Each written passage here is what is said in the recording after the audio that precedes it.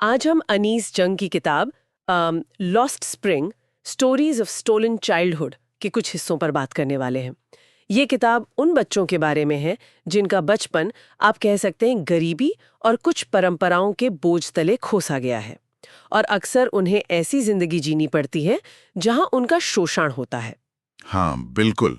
दिल दहलाने वाली कहानियां हैं इसमें। हमारे पास किताब के कुछ हिस्से हैं और हमारी कोशिश रहेगी कि इन कहानियों के जरिए समझें कि इन बच्चों की रोज की सच्चाई क्या है, मतलब वो किस तरह की जिंदगी असल में जी रहे हैं। हाँ, और हम दो खास किरदारों पर फोकस करेंगे। एक तो है साहिब, जो कूड़े के ढेर में, जैसा आपने कहा, सोना ढूंढता है, और दूसरा है मुकेश। ये फिरोजाबाद का है, चूड़ी बनाने वाले परिवार से, लेकिन इसका सपना कुछ और ही है, मोटर मैकेनिक बनने का। ये दोनों कहानियां हैं तो अलग अलग, पर बचपन दोनों में कहीं गुम सा लगता है। तो चलिए इन्हीं कहानियों को थोड़ा और करीब से देखते हैं, समझते हैं। साहिब से शुरू करते हैं। जी लेखिका उसे रोज सुबह मिलती है ना, जी जब वो कूड़ा बीन रहा होता है। जी है। पड़ोस के कूड़े के ढेर में वो और उसके जैसे बहुत सारे बच्चे सोना खोजते हैं, जैसा वो कहते हैं। सोना कूड़े में, ये सुनने में ही कितना अजीब लगता है। बिल्कुल, ये उनकी मजबूरी भी दिखाता है और शायद एक छोटी सी उम्मीद भी कि कुछ मिल जाएगा। साहिब का परिवार ढाका से आया था। हरे भरे खेत थे उनके, लेकिन तूफान में सब खत्म हो गया। घर, खेत, सब। अच्छा। तो वो लोग इस बड़े शहर में आ गए, कूड़े में गुजारा ढूंढने। और जब लेखिका स्कूल के बारे में पूछती है तो साहिब का जवाब एकदम सीधा है, मेरे पड़ोस में कोई स्कूल नहीं है, जब बन जाएगा तो मैं जाऊंगा। बस इतना ही। हाँ, और इसी पर लेखिका मजाक में पूछ लेती है कि अगर मैं स्कूल शुरू करूं तो आओगे? और वो क्या कहता है? वो हाँ कह देता है, बड़ी उम्मीद से।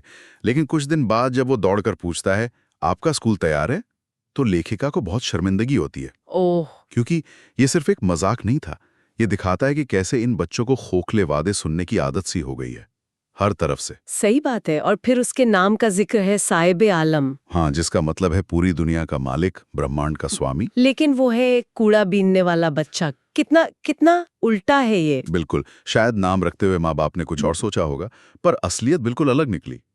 वो नंगे पैर घूमने वाले बच्चों के गैंग का हिस्सा है। हाँ, लेखिका पूछती भी है कि चप्पल क्यों नहीं पहनते, तो कोई कहता है माँ उतार कर नहीं देती, कोई कहता है रिवाज है। रिवाज नंगे पैर रहने का? हाँ, लेकिन लेखिका को लगता है कि ये शायद सिर्फ गरीबी छुपाने का एक तरीका बन गया है।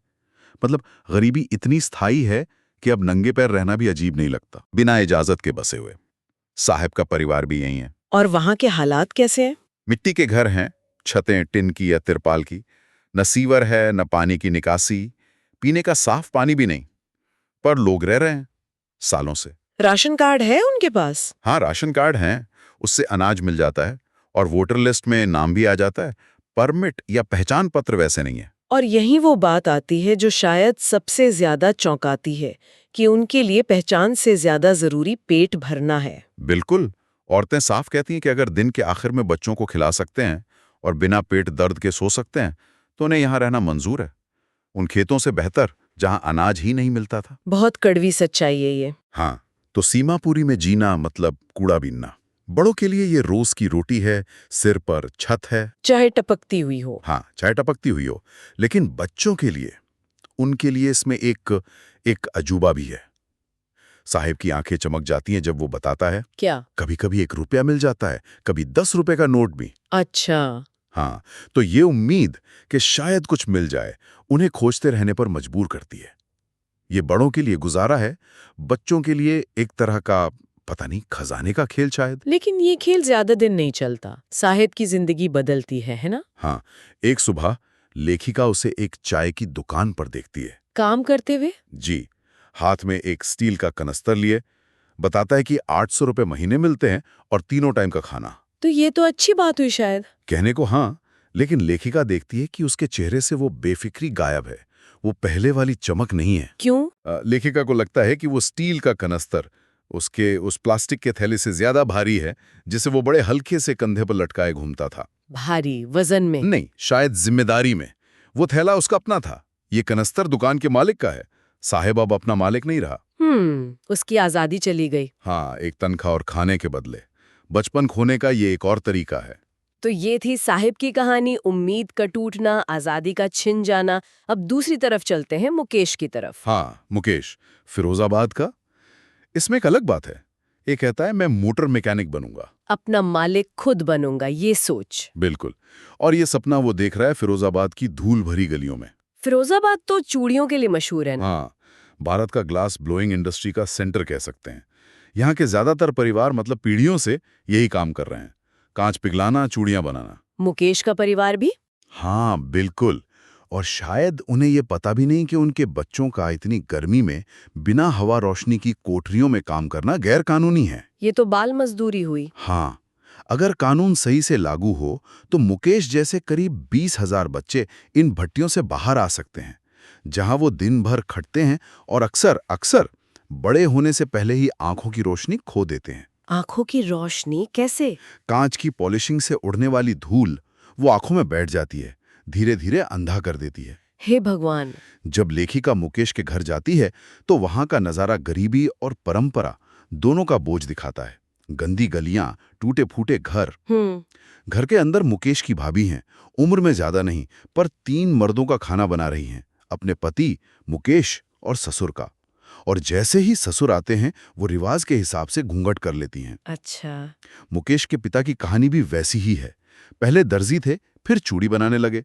सालों की मेहनत, लेकिन ना घर ठीक करा पाए, ना बच्चों को स्कूल भेज पाए। तो बच्चों को क्या सिखाया? बस वही जो खुद जानते थे, चूड़ी बनाने की कला। ये एक जाल जैसा है, विरासत में हुनर नहीं मिलता, मजबूरी मिलती है। और मुकेश की दादी, उनका क्या कहना है? वो तो इसे कर्म मानती हैं, किस्मत। कहती हैं उन्होंने अपने पति को इसी कांच की धूल से अंधा होते देखा है।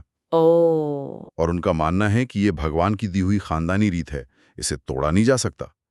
चूड़ी बनाने वालों की जात में पैदा हुए हैं तो चूड़ियां ही दिखती हैं उन्हें हर जगह। और इन घरों के अंदर अंधेरी झोपड़ियों में? हाँ, टिमटिमाते तेल के दियों की रोशनी में छोटे छोटे बच्चे, लड़के लड़कियां अपने माँ बाप के साथ बैठे रंगीन कांच के टुकड़ों को चूड़ियों की शक्ल दे रहे होते हैं। उनकी आंखें?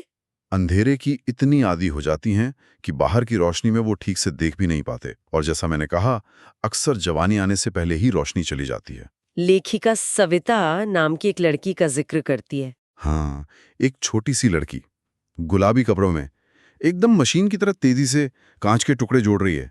उसे शायद पता भी नहीं कि ये चूड़ियां जिन्हें वो बना रही है उनका मतलब क्या है।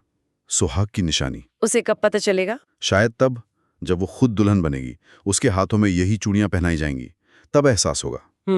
वहीं एक बूढ़ी औरत भी है। हाँ, जिसकी कलाई पर चूड़ियां तो हैं पर आंखों में रोशनी नहीं।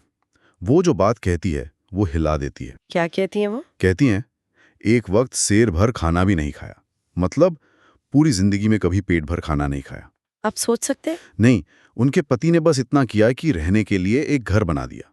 और ये भी वहां एक बहुत बड़ी उपलब्धि मानी जाती है, सिर पर छत होना। गरीबी की इंतहा है ये। हर घर में यही कहानी है।